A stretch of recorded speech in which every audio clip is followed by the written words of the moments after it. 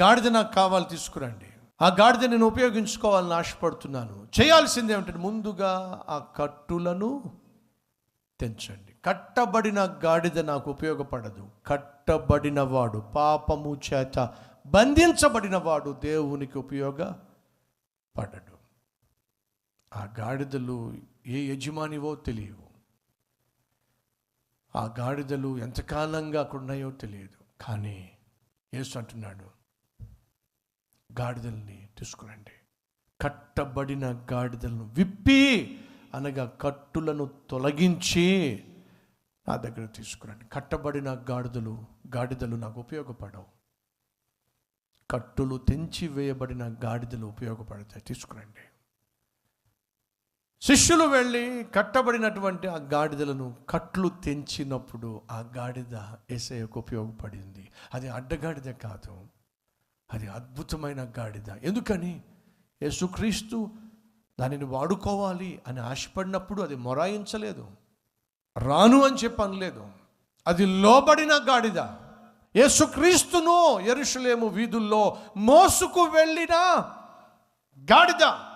సుమారు 2000 సంవత్సరాల క్రితము గుడ్ ఫ్రైడే అనగా శుక్రవారమునకు ముందున్న ఆదివారము యేసుక్రీస్తు యెరూషలేములో ప్రవేశించాడు.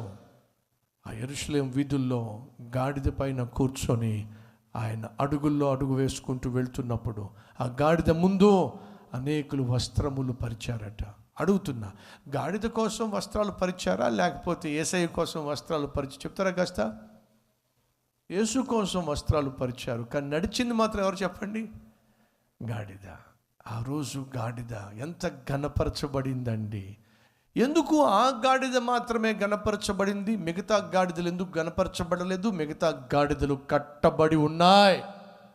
విప్పబడిన గాడిదలే యేసును ఘనపరిచినాయి, యేసు చేత ఘనపరచబడినాయి. ఈరోజు మనలో ఎవరైనా ఉన్నారా? కట్టబడిన గాడిదలు.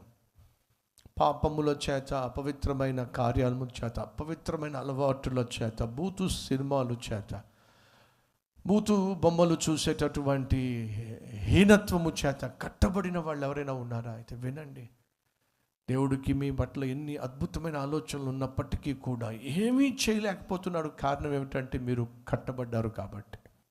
కొంతమంది కోపంతో కట్టబడ్డారు, మరి కొంతమంది కామంతో కట్టబడ్డారు, మరి ఇంకొంతమంది కొట్లాటలతో, తగాదాలతో, కలహాలతో కట్టబడ్డారు. ఈరోజు నువ్వు దేనితో కట్టబడ్డావో ప్రభు సన్నిధిలో సహాయం కోరినట్లయితే ప్రభువు నీ కట్లను తెంచేస్తాడు. ఆనాడు మోషేతో అన్నాడు, నీ చెప్పులు వేరు చేయి, విడిచేయి. ఎందుకని ప్రభువా? నేను నిన్ను గొప్ప నాయకుణ్ణి చేయబోతున్నాను. వేరు చేయాల్సినవి వేరు చేసేసి. ఈరోజు ప్రభు అదే అంటున్నాడు, నిన్ను గొప్ప వ్యక్తిగా నేను మార్చుకోవాలని ఆశపడుతున్నాను. నువ్వు కలిగి ఉన్న పాపపు కట్లన్నీ కూడా ఈరోజు తెంచివేయాలని ఆశపడుతున్నాను. తెంచబడ్డానికి నువ్వు సిద్ధంగా ఉండి నీ జీవితాన్ని నా చేతుల్లో పెడతావా? నిన్ను నేను ఆశీర్వదిస్తాను, ఘనపరుస్తాను, గొప్ప చేస్తాను. నమ్మిన వాళ్ళు ఉన్నట్లయితే, లోబడ్డానికి సిద్ధంగా ఉన్నట్లయితే నాతో పాటు కలిసి ప్రార్థన చేస్తారా? Let's pray. ప్రార్థన చేద్దాం. ప్రతి ఒక్కరు ప్రార్థనలో ఏకీవించండి. ప్రియ సహోదరి, సహోదరుడా, దేవుడు నీతో సూటిగా మాట్లాడాడు నమ్ముతున్నాను. దేవుడు నిన్ను ఘనపరచాలి, గొప్ప చేయాలి నువ్వు ఆశపడుతున్నట్లయితే విడిచిపెట్టేసేయి.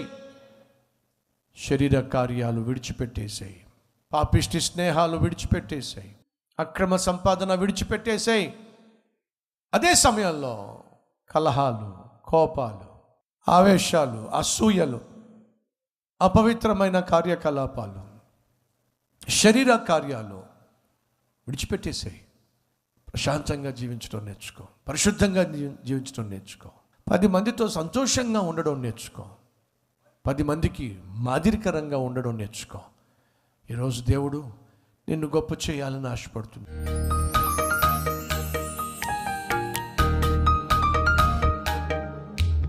పరిశుద్ధుడైన తండ్రి, బహుసూటిగా స్పష్టంగా ఈరోజు మాతో మాట్లాడినందుకు వందనాలు, స్తోత్రాలు. నీకు కావలసింది కట్టబడిన గాడిదలు కాదు, నీకు కావలసినది కట్లు తెంచబడిన గాడిదలు, నీకు లోబడే గాడిదలు, నీకు ఉపయోగపడే గాడిదలు, నిన్ను మోసి ఘనపరచబడే గాడిదలు కావాలి.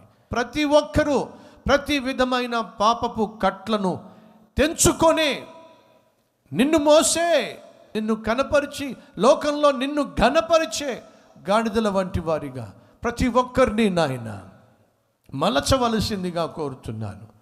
పాపపు కట్లు తెంచబడినటువంటి ఆత్మీయులు నీకు కావాలి. అట్టి ఆత్మీయుడిగా, అట్టి ఆత్మీయురాలుగా ప్రతి ఒక్కరూ నీ చేతిలో పడులాగిన సహాయం చేయి. జీవితాన్ని నాకు అప్పగించో, నిన్ను గొప్ప చేస్తా, గొప్ప వాణిగా గొప్ప దానిగా మారుస్తా.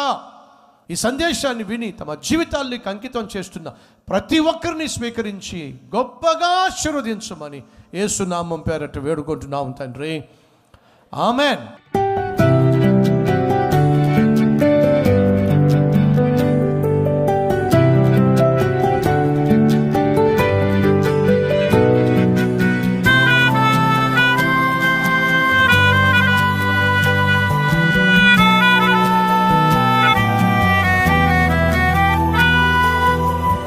ఇది మొదలుకొని మీ జీవితంలో దేవుణ్ణి చూపించే అద్భుతమైన ఆత్మీయులుగా వర్ధిల్లాలని మనసారా ఆశిస్తున్నాను.